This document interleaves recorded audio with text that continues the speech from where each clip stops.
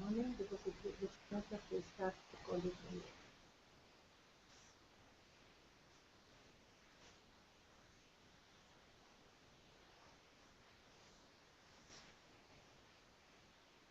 Good morning, everybody. This is Madhu Vishwanathan from the College of Business at the University of Illinois in Urbana-Champaign. It's a real privilege and a pleasure to be talking to all of you, and I hope that this becomes a conversation each Saturday morning. We want to welcome you to this course. It's a cold winter morning in Champaign, Illinois, which is about 130 miles south of Chicago. It's fascinating to see all the conversations coming to us from around the world. I have been fortunate to study the intersection of poverty and marketplaces in a number of places around the world. But now it seems like the world is coming to us in terms of your insights, and we are very grateful for that. With me this morning is Norma Scagnoli, who is the head of our e-learning team, and we will work hard to put together a great learning experience for you.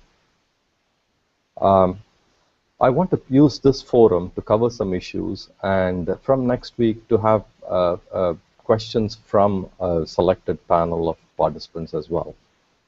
A couple of things to mention. First of all, this is the first week of the course, and given our bottom-up approach, we are trying to peel the onion of what is subsistence and what are these subsistence marketplaces.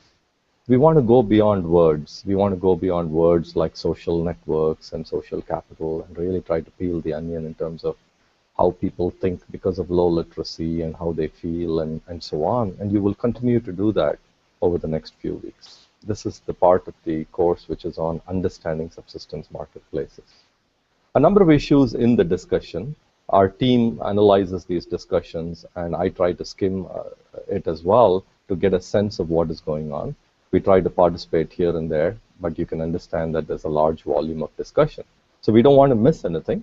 At the same time, we try to digest all of that and come up with a few issues to focus on. One of the issues is what is subsistence? And to be honest with you, this is a term we'd like to use to reflect on individuals and communities that are barely making ends meet. Maybe you're a hospital visit away from bankruptcy. Maybe it's somebody who's never seen a hospital in their lives. So it covers a broad range of low income, from survival to subsistence and sustaining a simple life to even moving out of poverty. So anytime you have a range, you want to make sure and understand the edges of this phenomenon. On the one edge are people who are barely surviving. A few days ago, I was talking to people who live on the roadside. These are migrant workers who literally live on the road, in the sidewalk or the pavement, and from day to day.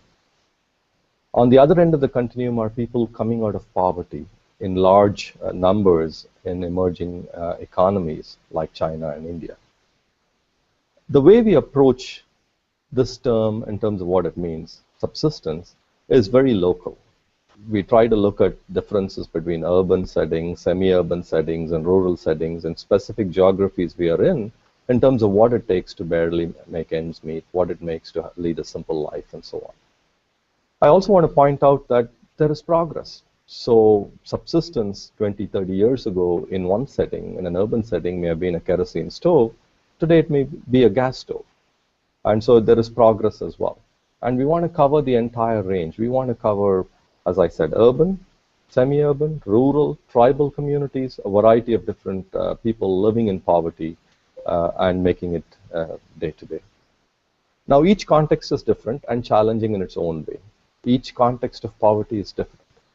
I am coming to you from cold weather, and you can think about what it means to be homeless or to not have heating in this kind of weather. So each context is different, and we have to acknowledge that, and that's where I see a lot of the learning for us as well in following your discussions. Now, let's talk a little bit about the project. I would encourage you to pursue the project for a number of reasons, even if you're pretending to go through the steps, even if you're playing it out.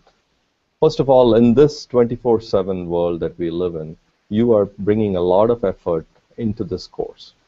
It is also a great time to add to that effort so that you apply your learning for an area that you're passionate about. Now, what if you cannot find subsistence marketplaces or lack access? What can you do about that? Well, I would encourage you to pick a phenomenon or a topic that you are passionate about. Maybe it's health, maybe it's the environment, maybe it's events and situations like natural disasters. And I would encourage you to pursue these phenomena or these topics in terms of a project. So there are resource constraints, and we have people living in subsistence. We have communities in subsistence, but there are also situational resource constraints, which may be due to natural disasters and so on, or it may be due to adversities related to health and so on. So I would encourage you to find topics and settings that serve as a proxy for understanding individuals and communities living in subsistence and living in resource constraints. One last reason to try out your project. It minimizes the distance between you and what you are trying to study, which is subsistence. In my case, it's very important. As I've noted before, I've never experienced poverty. So every time I come away from a setting, I feel like there's a distance. The words I use really don't capture my experience. So I have to go back and be grounded and regrounded, and I thoroughly enjoy that process. This is a setting that's unfamiliar to me. This is a setting that I haven't experienced in day-to-day life, and so this regrounding is very important. And that is another reason to focus on the project. It's a way for you to be grounded as you discuss this project with others and use words and visuals and so on to communicate. Because that grounded experience will be with you as you learn and as you teach us as well.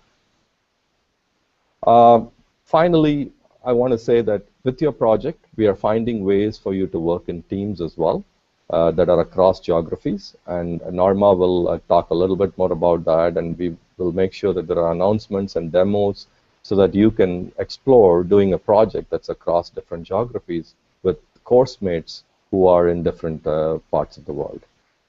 So let me close again by saying that this has been a wonderful experience for us to put the course together. And now, as we launch it, we are very excited to work with you to make this a great learning experience for you. So I'm going to now turn things over to Norma Scagnoli, who will talk about some of the issues relating to the course. Good morning for people in this side of the hemisphere, and good afternoon or good night for the others. I'm thrilled to be here with Madhu and trying this experiment that is this course, this massive online course. I want to encourage you to continue participating as you are participating, and I have seen with a great delight the interest to work in your project. So follow Madhu's explanations on how to do it. Don't feel constrained by having to take pictures or not. The important thing is to know the description of your project, and if you have pictures, much better, and if not, we'll figure something out and help you get done. I also want to encourage you to work with communities in your own language. I've seen that there is a forum already created called Subsistence Marketplaces Latino America, and it's in Spanish. So they discuss issues in Spanish, and then they bring them back to the forum, to the general discussion forum. Don't be shy. If you want to do that, do that. That may help you communicate with people in your local areas or in your same areas. And also, I want to tell you that we are planning to have the permission slip that has been created when you interview a person. If you want to get their approval to use that interview or that picture in a public setting, we will have that in different languages. So that, but if you want to translate it and share it with us for our approval so that you can use that, feel free to do so. There are not a lot of languages that we can translate at the university. I want to welcome you all, and next week we're going to have a similar session, but this time we're going to invite some of the participants in the forums to be here and ask some questions to Madhu as the session goes on. The sessions are going to be short, 15 minutes at most. But if when we select participants to be in this hangout, those will be able to send some of the questions, and the instructor will respond, and we're going to have like a conversation.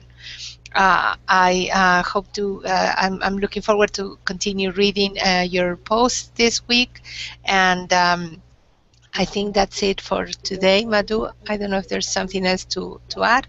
Oh, thank you very much. Thanks, Norma.